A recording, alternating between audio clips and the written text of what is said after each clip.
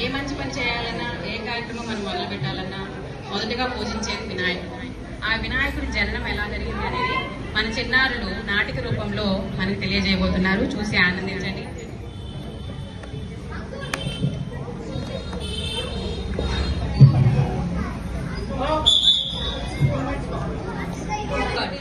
అతడు గొప్ప శివభక్తుడు.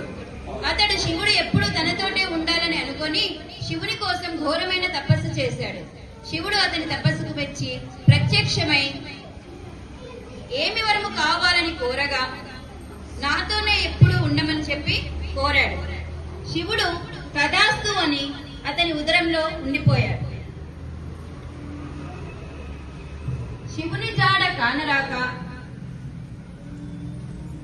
పార్వతి మహావిష్ణువును ప్రార్థించింది. శ్రీ మహావిష్ణువు శివుడు గజాసురుని ఉదరంలో ఉన్నాడని తెలుసుకొని బ్రహ్మ, నంది, శృంగి, భృంగి శివగణాలను అందరినీ తీసుకొని మారువేషంలో గంగిరెద్దు ఆడించే వాడిగా నంది గంగిరెద్దుగా మారి గజాసురుని రాజ్యానికి వెళ్లి అక్కడ వాళ్ళు ప్రదర్శనను ఇస్తుండగా గజాసురుడు వాళ్ళని తన ముందర గంగిరెద్దు ఆటని ప్రదర్శించమని అన్నాడు. వాళ్ళు గంగిరెద్దుతో చక్కగా ఆడించారు. గజాసురుడు ఆనందపడి మీకేమి కావాలనో కోరుకోమని అడగగా నీ ఉదరమున ఉన్న శివుడిని బయటకు పంపమని కోరాడు. అప్పుడు గజాసురుడు వచ్చినది శ్రీ మహావిష్ణువుని గ్రహించి నా ఉదరమున ఉన్న శివుడిని మీరే తీసుకోమని అనగా మహావిష్ణువు నందిని ప్రేరేపించగా నంది తన కొమ్ములతో గజాసురుడి ఉదరమును చీల్చెను. అప్పుడు శివుడు గజాసురుని ఉదరం నుండి బయటకు వచ్చాడు.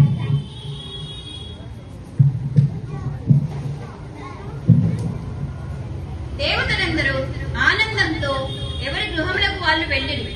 శివుడు కైలాసమునకు, బ్రహ్మ సత్యలోకమునకు, విష్ణువు వైకుంఠమునకు వెళ్ళింది. కైలాసంలో పార్వతీదేవి తన భర్త వస్తున్నాడని తెలుసుకొని ఆనందంతో అభ్యంగన స్నానము చేయదలిచి పసుపుతో నలుగు పెట్టుకొని చుండెను. పసుపుతో ఒక బాలుని బొమ్మగా చేసి ప్రాణము పోసింది. పార్వతీదేవి ఆ బాలునితో కుమార, నేను స్నానము చేయుచున్నాను, లోనికి ఎవ్వరినీ రానియద్దు అని ఆజ్ఞాపించాను. అప్పుడు ఆ బాలుడు అమ్మా, నీవు చెప్పినట్టే చేస్తాను, నాకు ఆకలిగా ఉన్నది, నాకు ఏమన్నా తినడానికి కావాలి అని అడగగా పార్వతి ఆ బాలునికి పండ్లు, ఉండ్రాళ్ళు ఇచ్చి వాకిట్లో కాపలాగా కూర్చోపెట్టింది. శివుడు ఆనందంతో పార్వతీ మందిరంలోకి ప్రవేశించబోగా ఆ బాలుడు శివుడిని అడ్డగించింది. శివుడు ఎంత వివరించినప్పటికీ ఆ బాలుడు శివుని లోపలికి రావడానికి అనుమతించాడు. దానితో శివుడు ఆగ్రహానికి గురై తన త్రిశూలంతో ఆ బాలుని శిరమును ఖండించింది. శివుడు వచ్చాడని పార్వతి ఆనందంతో బయటకి వచ్చి చూడగా ఆ బాలుడు మరణించి ఉండుట చూసి పార్వతి నా కుమారుని చంపినది ఎవరు అని ఆగ్రహించింది.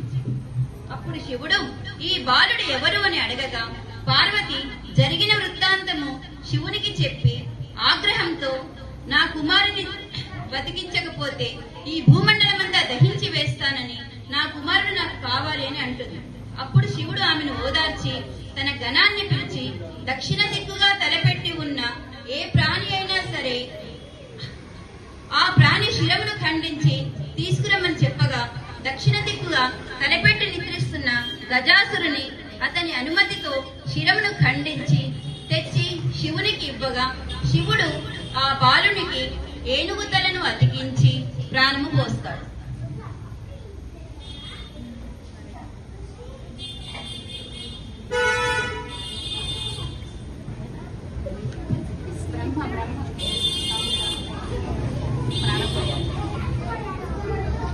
ఈ విధంగా వినాయక జననం జరిగింది.